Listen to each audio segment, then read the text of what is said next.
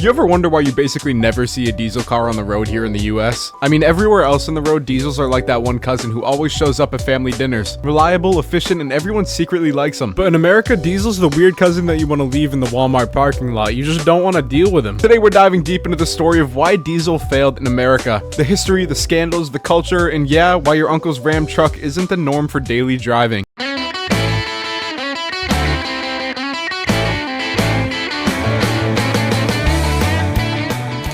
Let's start at the beginning. Diesel engines were invented by Rudolf Diesel in the late 1800s. The whole idea was more efficiency, more torque, and longer life compared to gasoline engines. In Europe, they became hugely popular because fuel was expensive, roads were long, and people actually cared about miles per gallon. In the US though, gas was very cheap. Like very, very cheap. So the economic incentive to switch wasn't there. Sure, we had diesel trucks, big rigs, delivery vans, semi-trucks, but passenger cars, not so much. Even early American diesel engines had problems. Remember the Oldsmobile diesel from the late 70s? GM thought it would be a game changer. Instead, it was a nightmare. Engines blew up, maintenance costs soared, and GM literally had to buy back cars from frustrated owners. That scandal alone left a decade-long scar on the American psyche. Fast forward to the 1970s, the US had oil crisis, and suddenly diesel looked promising. GM, Mercedes, and Volkswagen thought, hey, maybe Americans will buy diesel cars now. Enter the Mercedes 300 SD, and later the Volkswagen Rabbit diesel. They promised crazy fuel economy and European sophistication, and at first people were intrigued until they found out that the engines were slow, noisy, and smelled like a gas station bathroom. When people bought those Volkswagen diesels, they had very good expectations. People bought them thinking they'd get 30 plus miles per gallon. Instead, they got 20 to 22 miles a gallon, constant maintenance issues, and an engine that sounded like it was chewing rocks for breakfast. Sales tanked big time. Even the marketing fired. Ads tried to make diesel sexy by comparing them to luxury European cars, but Americans heard slow, smelly, and weirdly expensive instead of sophisticated and efficient. Here's the kicker: Americans didn't just care about efficiency, they cared about power, sound, and image. Diesel back then was associated with trucks, farm equipment, and old men in overalls. Meanwhile, gas engines were sporty, fast, and smooth. In Europe, diesels were cool. In America, not so much. Diesel had zero appeal. Even in the 1990s, when Volkswagen tried to make diesel appealing again with the Jetta TDI, it worked, but only a little bit. Enthusiasts loved it for efficiency and torque, but mainstream America just didn't bite.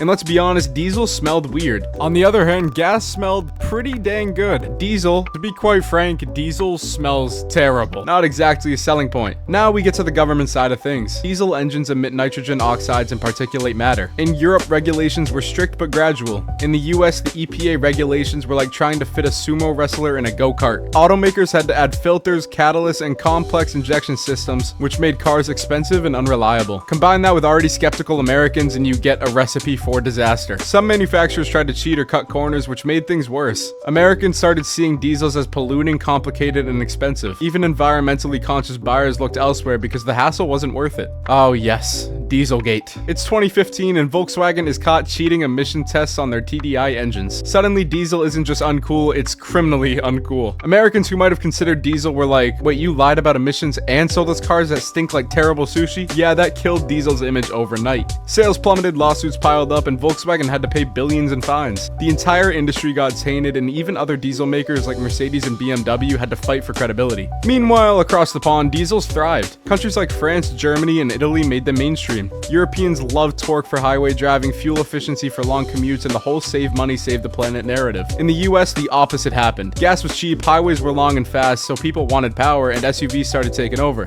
Diesel sedans practically extinct. Even today, Americans mostly see diesels in trucks and SUVs, the Ram 2500, Ford Super Duty, and Chevy Silverado. But passenger car diesels, not so much. In 2018, only about 0.3% of all passenger cars sold in the US were diesel. In Germany, that number was close to 45%. Talk about a cultural gap. Diesel survived in trucks because torque is king. Big engines, towing heavy loads, long highway miles, that's diesel territory. The average pickup buyer doesn't care if it smells weird, they care if it can haul 12,000 pounds without breaking a sweat. Passenger cars, not so much. People want zippy acceleration, smooth, quiet rides, and style points. Diesel can technically do all that now, but the stigma from the 70s, 80s, and Dieselgate era is still haunting it. So is diesel coming back? Kind of. Modern diesels are quieter, cleaner, and more efficient than ever, but the American market has already moved on. Hybrids, EVs, and turbo gas engines are stealing the spotlight. Diesel might survive in trucks and commercial vehicles, but for passenger cars, it's probably a historical footnote, like Betamax or the Pontiac Cadillac Aztec. It's fun to talk about, but no one's buying one new. That said, enthusiasts are keeping the dream alive. TDI community still exists, and some die-hard fans swear by their diesel cars for longevity and torque. It's basically a cult following at this point. So why did diesel fail in America? Well, it comes down to bad timing with cheap gas, a cultural misfit, slow, loud, and smelly, regulatory hurdles, scandals like Dieselgate, and a market obsessed with power, speed, and style. It's not because diesel is bad, it's far from it, it's just because America wasn't ready. And by the time it tried, the moment had passed. Next time you see a diesel Jetta or a Ram 2500, remember these engines are survivors of a market that never really wanted them.